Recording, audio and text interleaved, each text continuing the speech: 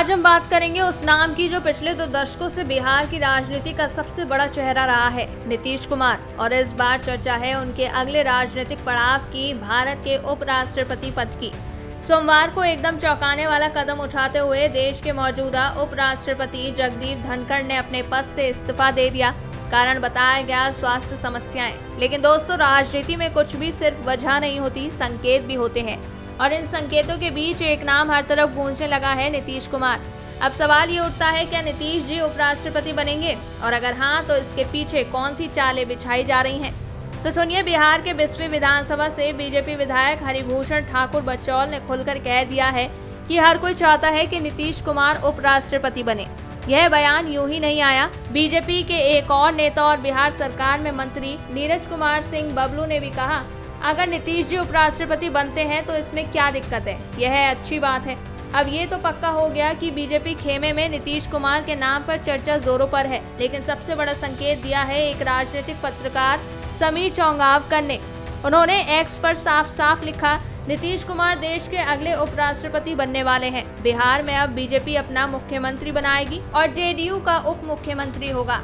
अब आप सोचिए, अगर ये समीकरण सच साबित होता है तो इसका मतलब है कि बीजेपी 2025 के विधानसभा चुनाव से पहले ही नीतीश को सम्मानजनक विदाई देकर खुद बिहार की सत्ता की कमान संभालना चाहती है।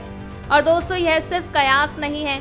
कुछ सोशल मीडिया यूजर्स तो और भी आगे बढ़ गए हैं। वो कह रहे हैं कि जगदीप धनखड़ को बीजेपी का अगले राष्ट्रीय अध्यक्ष बनाया जा सकता है और नीतीश कुमार को उपराष्ट्रपति बना दिया जाएगा। अब नीतीश कुमार कौन है, ये बताने की जरूरत शायद ही किसी को हो। बिहार की राजनीति का वो चेहरा जो पिछले 2 दशकों से सत्ता की धुरी बना हुआ है। 2005 से लेकर अब तक वे 9 बार बिहार के मुख्यमंत्री की शपथ ले चुके हैं।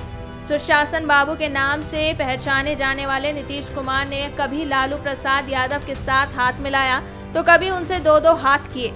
उन्होंने एनडीए छोड़ा, फिर महागठबंधन में गए और 2024 में एक बार फिर वापसी करते हुए इंडिया गठबंधन को अलविदा कहकर एनडीए में शामिल हो गए। अब अगर उन्हें उपराष्ट्रपति पद का प्रस्ताव दिया जाता है तो यह उनके लिए सिर्फ एक संवैधानिक पद नहीं, बल्कि उनके लंबे राजनीतिक जीवन का एक सम्मानजनक निष्कर्ष हो सकता है। वहीं बीजेपी के लिए यह एक रणनीतिक मास्टर स्ट्रोक साबित हो सकता है, जिससे बिहार की राजनीति की साइकिल एक बार फिर उनके नियंत्रण में आ जाएगी।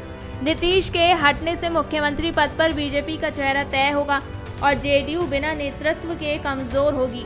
यानी विपक्ष की एक बड़ी इकाई का राजनीतिक डिसऑर्डर बीजेपी के लिए आने वाले लोकसभा और विधानसभा चुनावों में गेम चेंजर बन सकता है। तो क्या आप तैयार हैं एक बड़े बदलाव के लिए? क्या बिहार को अब नया मुख्यमंत्री मिलने वाला है?